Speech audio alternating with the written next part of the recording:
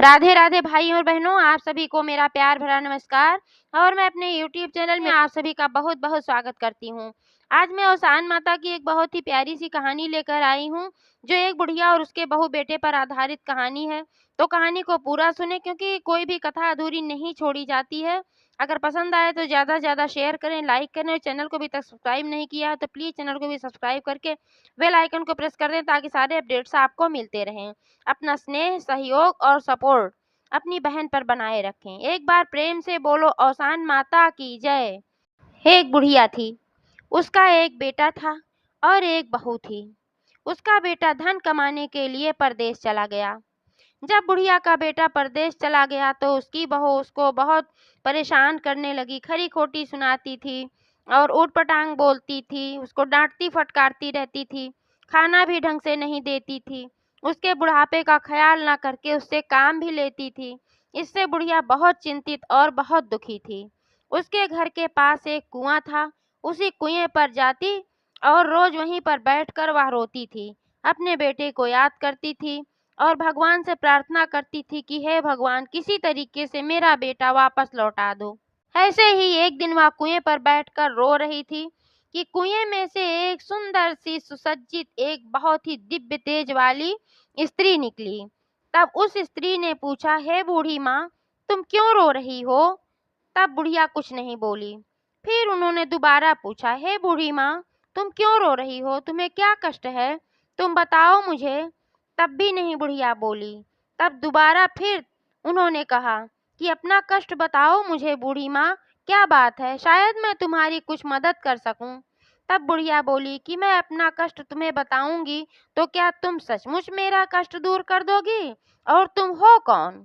तब उस स्त्री ने कहा, बूढ़ी माँ, मैं जल परी हूँ और मैं इसी कुएं में रहती हूँ। आप अपना कष्ट बताओ। तब बुढ़िया सब कुछ बताने लगी। उसने कहा, मेरा एक बेटा है और एक बहू है। मेरा बेटा धन कमाने के लिए परदेश चला गया। वहां जाकर उसे कुछ भी याद नहीं रहा।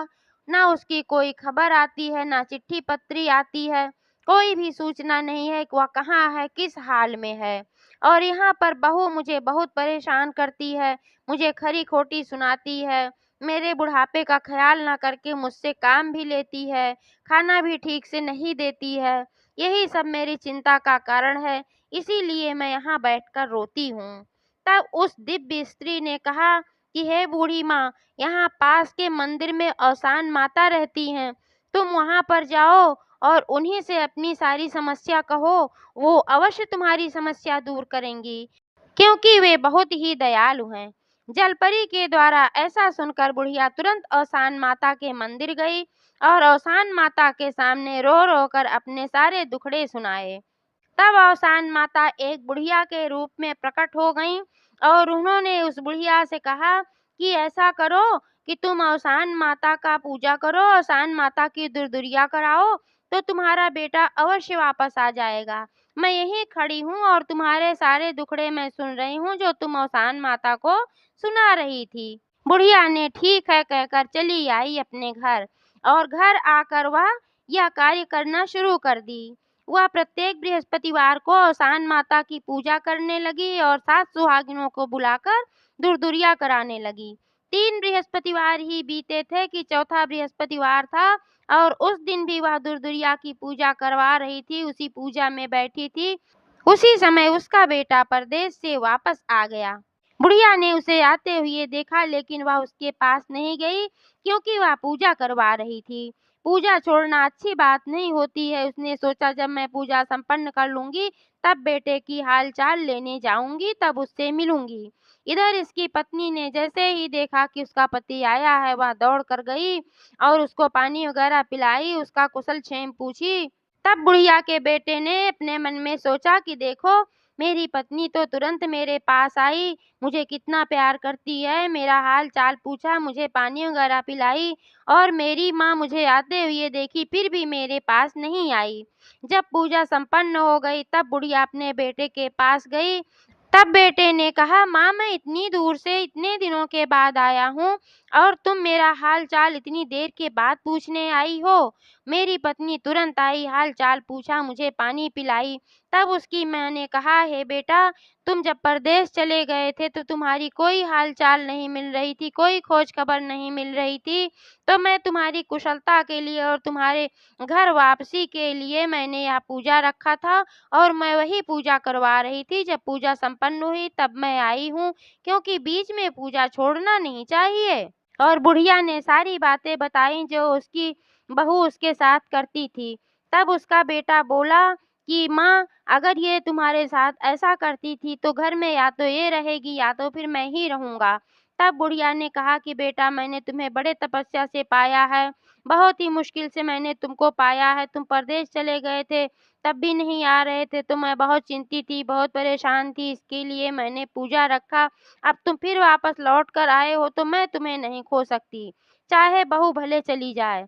तब बेटे ने बहू को घर से निकाल दिया। जब बहू को घर से निकाल दिया तो वह एक पीपल के वृक्ष के नीचे बैठकर रो रही थी। उसी समय एक राजा उस रास्ते से जा रहा था। उसने पूछा, तुम्हें क्या कष्ट है? तुम इस वृक्ष के नीचे बैठकर क्यों रो रही हो? तब उसने सारी बातें बताईं। तब राजा ने कहा, आज से तुम मेरी मुँहबोली बहन हो, आज से तुम मेरे साथ रहोगी, तुम मेरे साथ मेरे राजमहल चलो। और वह साथ लेकर राजमहल गया। अपनी रानी से बोला कि आज से यहीं पर रहेगी, यह मेरी मुँहबोली बहन है। रानी ने कहा, ठीक है, और वह वहीं रहने लगी। फिर कुछ दिन रहते-रहते उसे अपने घर की याद आई। उसने सोचा कि मेरी सास ने पूजा किया औसान माता की, तो फिर मेरा पति परदेश से वापस लौट आया और मेरी सास के सारे कष्ट कट गए। तो मैं भी ऐसा करती हूँ कि औसान माता की पूजा करती हूँ, दुरदुरिया करवाती हूँ, तो शायद मुझे मेरा घर वापस मिल जाएगा। कितना भी वह राजमहल में रहती थी, लेकिन अपना घर अपना ही होता है। अपने घर की उसे याद आ रही थी और उसने फिर औसान माता की पूजा करना शुरू कर दिया। 3-4 बृहस्पतिवार ही बीते थे कि उसके पति को फिर उसकी याद आई और वह खोजते-खोजते राजमहल पहुँचा। वहाँ आकर उसने कहा कि चलो तुम मेरे साथ, मैं तुम्हें अपने घर ले चलने के लिए आया हूँ। तब राजा से उसने कहा, हे भैया, अब मैं अपने घर जाऊँगी। राजा ने कहा, ठीक है बहन, जैसी तुम्हारी मर्ज़ी, लेकिन यहाँ पर तुम आती-जाती रहना। इसे अपना ही घर समझना। उसने कहा, हे भैया, इतने दिनों तक आपने मुझे सहारा दिया जब मुझे कोई सहारा नहीं था, यह तो मैं कभी नहीं भूल सकती हूँ। मेरे बुरे दिनों में आप बहुत काम आए हैं, तो मैं तो अवश्य यहाँ पर आती-जाती रहूँगी। इसके लिए उसने राजा को बहुत धन्यवाद किया और फिर अपने पति के साथ अपने घर वापस आ गई। यहाँ आकर सास-बहू दोनों मिलकर हर बृहस्पतिवार को दुरदुरिया करवाने लगीं, औसान माता की पूजा करने लगीं और आपस में मिल-जुल कर तीनों लोग रहने लगे। एक बार प्रेम से बोलो, औसान माता की जय।